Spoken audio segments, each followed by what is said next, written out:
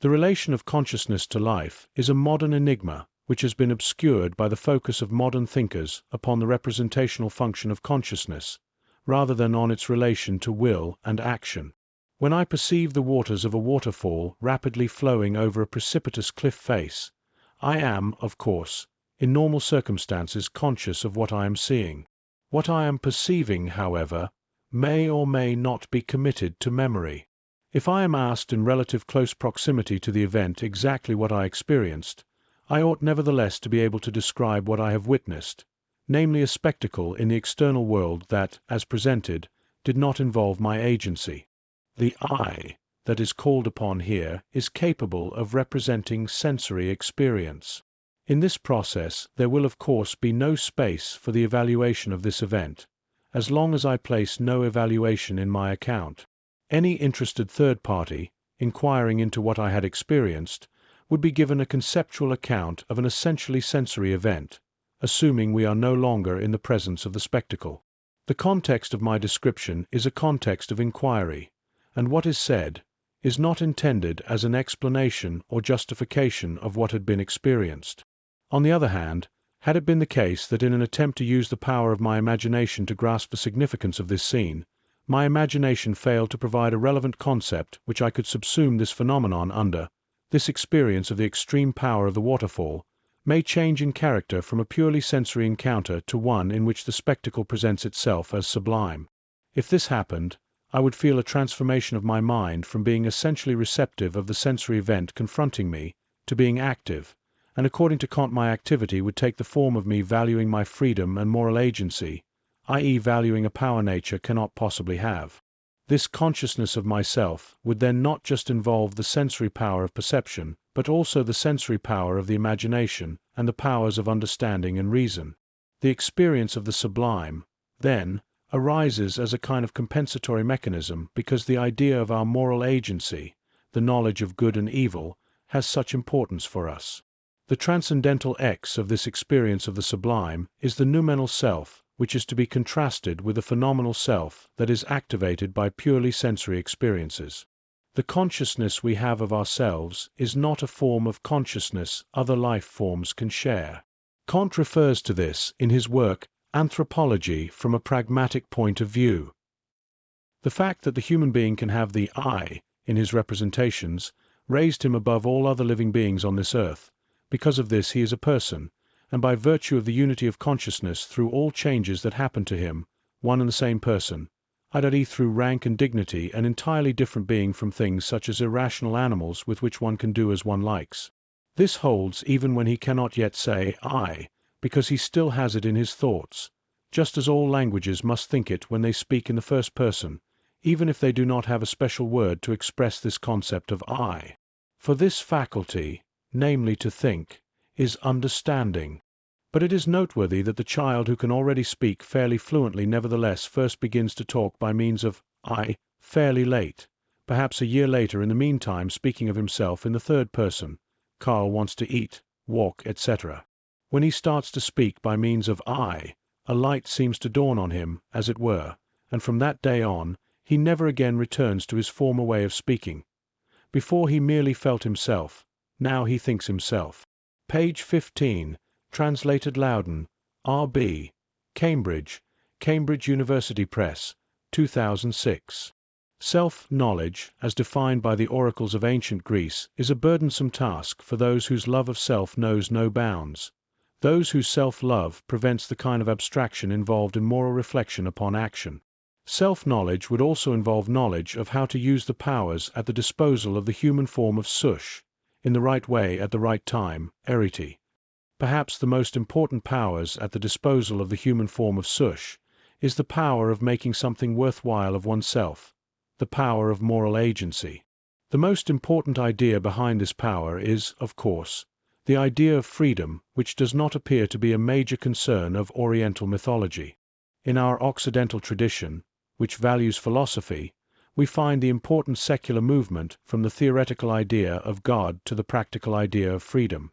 Yet it is also important to point out in this discussion that Kant did not diminish the importance of this idea of God located, as it is, in a realm of the sacred. This fact places Kant clearly in the camp of the humanist philosophers, which include both Plato and Aristotle, who also manifested a commitment to the metaphysics of morals. Campbell situates the Kantian transcendental X in a wider Eastern mythological context, a context which is trying to explain and justify immortality and reincarnation. There is the immortality of the one that dies and comes back to life. That is the world of the fathers. In many cultures, the ancestors are supposed to live on the moon.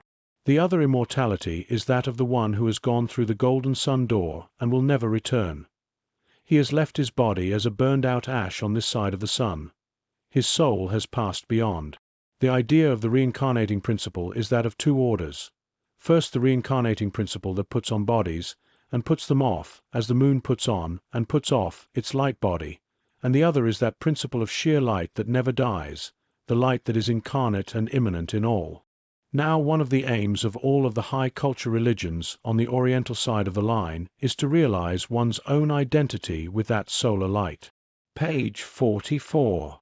Campbell elaborates upon this metaphor of light with a metaphor he used in a teaching context. Looking up at the lights on the ceiling of the lecture hall, he saw multiple lights generating the light in the hall. There are two phenomena here, he argues, the light of the lecture hall and the light of the individual bulbs. If one bulb should go out because of a fault in the bulb, there may not be a noticeable perceptible difference in the light of the hall, and that individual bulb, of course, can be replaced without disrupting any proceedings. Campbell draws the comparison between the individual bulbs and their light and the heads of the students in his audience possessing consciousness. This, he claims, is a different idea to the transcendental idea of consciousness, which is more similar to the light of the lecture hall, which in turn, of course, is like the light of the sun that Plato saw to symbolize the form of the good that is transcendent. This latter form of light, it is argued, was never born and will never die. Page 45. On this mythological account, the transcendent is manifesting itself in the phenomenal world. This, of course, resembles the Kantian account of the phenomenal and noumenal self, which are not two different selves as Schopenhauer thought, but rather two different aspects of one and the same I. Campbell points out in a chapter entitled The Ever-Burning Sacrifice how, in different cultures, the invading Aryans from the north settled in the areas they conquered and became integrated with the conquered peoples. They created a hierarchy in society, where the warriors and the priests were above the merchants and peasants. We can see this phenomenon clearly in ancient Greece. The priests were superior to the warriors and became the example to be followed if one wished to become a noble and fulfilled human being. They built their altars everywhere, sacrificing to the gods, simultaneously demonstrating their power to bring the gods to them for a common meal. The emotions associated with such events are obscure, but perhaps they gave rise to experiences of the sublime. In India, the energy associated with sacrifice was called Brahman. Page 52. As we move forward in time to the 8th century BC, we can encounter in India the first so-called forest philosophers, and it is perhaps with them that the first humanistic orientations in mythology appear. With these first Eastern philosophers, the idea of Brahman, which is the energy of the sacrifice, gets transformed into the energy of all life. The great texts of this period, the Upanishads, investigate Brahman and conclude that Brahman lives in the sun, the sacrifice, and in all things.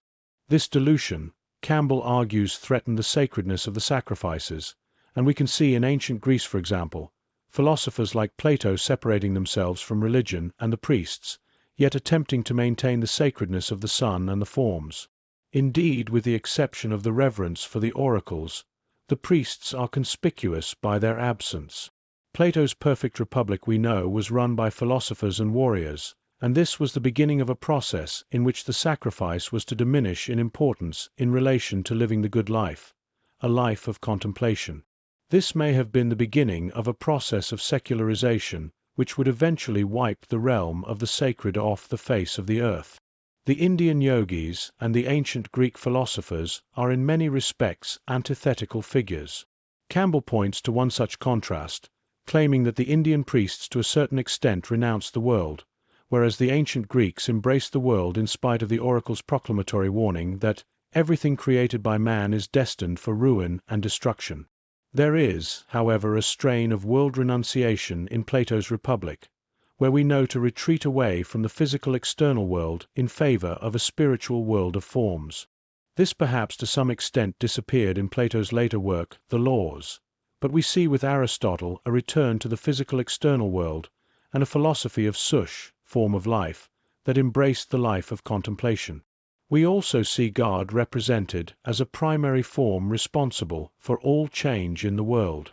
Neither Plato nor Aristotle shared the Indian reverence for sacrifice, but did, via Dionysius, recognize the eternal circle of life. Maurice Bohra, in his work, The Greek Experience, Weidenfeld and N. Nicholson, London 1957. The peculiar nature of man determined the Greek notion of pleasure. They had no ascetic or puritanical hostility to it. In some respects they regarded it as a supreme good. But at the same time they felt it must be kept in its place, and not allowed to upset the harmony of either the individual or the city. They felt, too, that the strongest pleasures are suitable mainly for the young, and that in due course a man passes beyond them to others which are less exciting.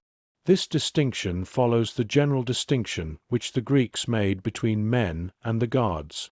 If the gods enjoy power and freedom, men have responsibility, and through their use of it attain their own dignity, which is different from anything available to the gods.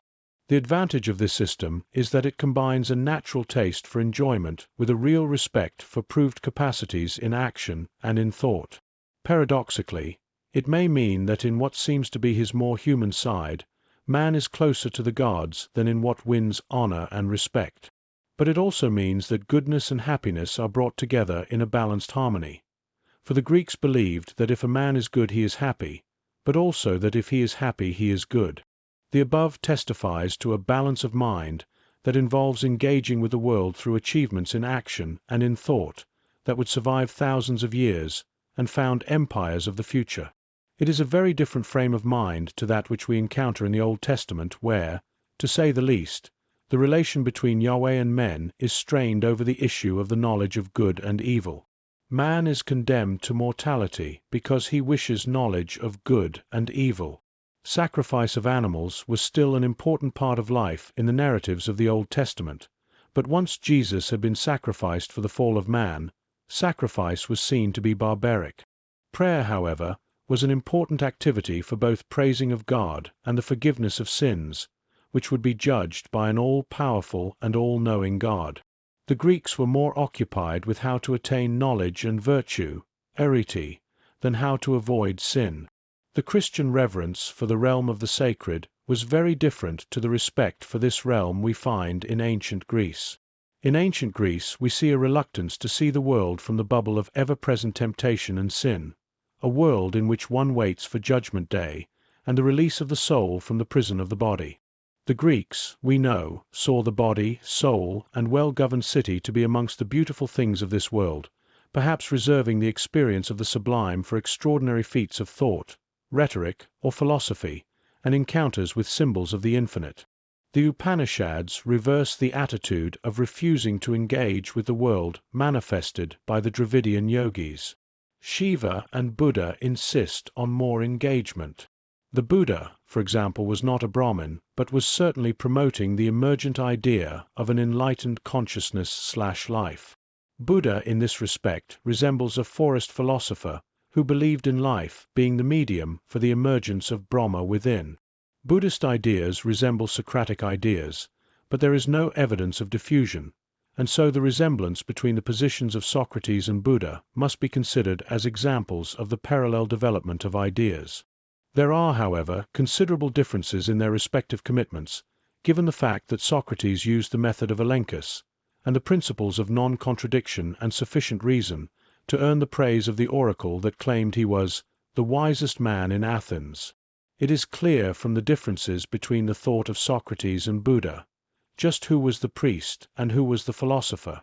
The priestly view of life as an ever-burning sacrifice or series of reincarnations was very different to the philosophical view of life arguing for the importance of arete, doing the right thing in the right way at the right time, episteme, knowledge of oneself and one's world, arche, principles, and dike, justice.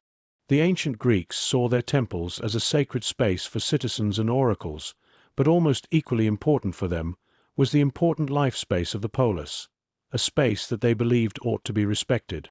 The humanism implied by the above account is obvious. Whilst the thoughts and teachings of Buddha may well have inspired many political leaders, there is no specific engagement with the problems facing political communities as there was with the thought and activities of Socrates, Plato, and Aristotle. There is nothing, for example, resembling Aristotle's constitutional theory, where an enlightened middle class emerges to save the state from division and subsequent ruin and destruction. There is nothing in the teachings of Buddha resembling speculations about ideal states such as Plato's Magnesia, a state in which just laws were important, and a nocturnal council of enlightened political leaders provided education for the citizens. There is in Buddha, however, the concept of an enlightened soul who would cease to reincarnate. Buddhism, we know, looks upon the self or the ego as a problem standing in the way of self-enlightenment. There is the famous parable of a man who wakes up in the morning realizing he has lost his head, who begins to look about him for its location. This, of course, is Buddhist irony, and the message is that one cannot use the self to look for the self, implying perhaps that there can be no such thing as self-knowledge, or at least that this form of knowledge is not as important as the Greek oracles claimed. Buddha's parable may, however, also be interpreted to mean that one cannot objectively observe oneself, and this is especially true if one is engaged in an action which requires a particular circumspective type of awareness. It is this kind of awareness which is responsible for the detection of errors in a sequence of action. Whilst one cannot engage in the act of observing whilst I am engaged in any particular act of building, I can nevertheless see the result of my work and know that it was I that brought this result about. Humans possess the power of action, and they also possess a power of knowing what one has chosen to do because they have the power of freedom either to choose to do the action or alternatively to choose not to do the action. Consciousness is, of course, involved in this choice, and whilst this has been historically an important concept in the problems facing philosophical psychology, it is a complex concept which requires philosophical analysis. Indeed, the concept of sush, forms of life, given the Aristotelian analysis of it, may be a more appropriate concept to use in relation to the problems associated with self-knowledge. This is the route the later Wittgenstein took with his concepts of forms of life and instinct. For both Kant and the later Wittgenstein, the self is something that is very much to be found in this world, interacting with it physically via its actions, interacting with it socially via the uses of language embedded in our variegated forms of life, and less directly via thought, which leads to both speech acts and actions. The issue of consciousness surfaces once again in this kind of discussion, and we need to determine where it fits into the schema of the powers of our human minds. Freud, we have argued, is a Kantian psychologist who questioned the Cartesian and phenomenological notion of consciousness. For Freud, consciousness is not the primary function of mind, but merely a vicissitude of the instincts. For both Kant and Freud, the I that thinks must be an I that also has its preconscious and unconscious aspects, which are important for a complete knowledge of the form of existence of this I. Campbell joins this debate by pointing out that for the Indians a flower turning its face toward the sun is a manifestation of consciousness. For the Greeks, however, this phenomenon is more a manifestation of sush, life. For us moderns, consciousness in a sense can be associated with Campbell's light analogy. If a bulb gets broken, he argues, the light goes out. Similarly with consciousness, it disappears in sleep, after a severe blow to the head, and also when we are dead. Our modern suggestion, beginning perhaps with William James, is that consciousness is tied to the material substrate of the brain, the most important organ for the human sush. Upon awakening from a coma or sleep, I may well be conscious, but perhaps not thinking anything, merely orientating myself once again in relation to my surroundings, perhaps in the case of the coma wondering where I am. Is there an I at work here? Probably not. If Kant is correct, then the I emerges only when this I begins to think something about something, which in turn would seem to suggest that the Cartesian cogito argument, I think therefore I am, may still be a good argument. This, however, suggests that consciousness is not identical with this I, even if it may indeed be an important necessary condition for the occurrence of thinking. On this account, consciousness seems to be a sensory event belonging to the faculty of sensibility. Consciousness is, however, quickly transformed if I try to remember where I am or even who I am. Memory would then seem to be an active form of thinking that requires an I to function in the human sush. Wittgenstein, in his later work, discussed a phenomenon which he argued was half perception, half thought, namely seeing something as something, e.g. seeing a face in the clouds, and this may be a kind of ground zero thinking with a minimum involvement of the I. If this is so, this phenomenon helps us to understand the scope and limits of the function or power of consciousness. For our ancient Greek philosophers, however, it was sush in all its forms which was the most important idea in need of investigation, especially the human form of sush which Aristotle defined as rational animal capable of discourse. This kind of account, of course, stands in stark contrast with the mysterious art of the Indian yogi, whose intention it is to stop all spontaneous activity of the mind. In regressing to this state, it is argued, the notion is that you, yourself, are identical with that form of forms, Brahman, page 60. In this state, it is encouraged that you visualize yourself with a serpent coiled at the base of your spine. A serpent you shall try to mobilize through control of posture and breathing, and perhaps also making the sound of Aum, all of which supposedly encourage the serpent to move up the spine and into the meditator's head, thereby fully awakening our human sush. Once the serpent passes the level of the throat, the yoga master may pass into a trance. This is a kind of zero level of the sush, resembles, as Campbell points out on page 63, the experience of some psychotics. The yoga is somehow experiencing a psychotic breakup, but is not drowning in this subconscious sea that swamps the ordinary psychotic. The psychotic is drowning in these waters while the yoga is swimming. During its journey, which begins at the genitalia, sexual pleasure is felt in the mode of imagining, and the journey progresses to its next bodily station, which is the navel, the city of the shining jewel, in which one wants to consume and gain power for oneself over everything. One is driven by a will to power. Both of these experiences of sexual pleasure and power are, of course, primary regions of the human sush. The next stage of the serpent's ascent is at the heart. It is at the level of the heart that one comes first into relationship to the higher principle of the power of art and the spirit, which are not those of the empirical outside environment. Page 66. This spiritual journey requires assistance from the voice box in the vicinity of the throat via uttering the sound Aum, which Campbell claims symbolizes the energy of the divine sound produced in some mysterious way which does not involve contact between two different things, which would seem to be necessary for physical sounds in our physical world. Aum is God. Aum is God as sound. This is the sound aspect of the form that we are going to find when we meet God. It is the sound of God, the sound of the Lord of the world, out of whose thoughts, out of whose being, out of whose energy, substance, the world is a precipitation. Aum is the word of words, that original logos we find in the Bible. In the Gospel according to John, in the beginning was the Word, and the Word was God, page 69. The effect of the sound is supposed to remove attention from the lower drives and focus one's attention on the next spiritual level. As the serpent ascends further upwards, the world is excluded, and at the third eye, heaven is reached. The journey cleanses us of all worldly things and finally of the world itself. The Kantian pantheon of powers is a result of another kind of discipline that attempts to acquire as much knowledge of the external world and the powers of sush as is possible. The powers of human sush follow from the form of the human body, which includes its constellation of organs, limbs, limb extensions, etc. These powers obey various principles that also organize their interaction and integration with each other. Freud refers to three of these principles, namely the energy regulation principle, the pleasure-pain principle, and the reality principle. The energy regulation principle is related to our instinctive and biological needs, such as breathing, sexual activity, and eating.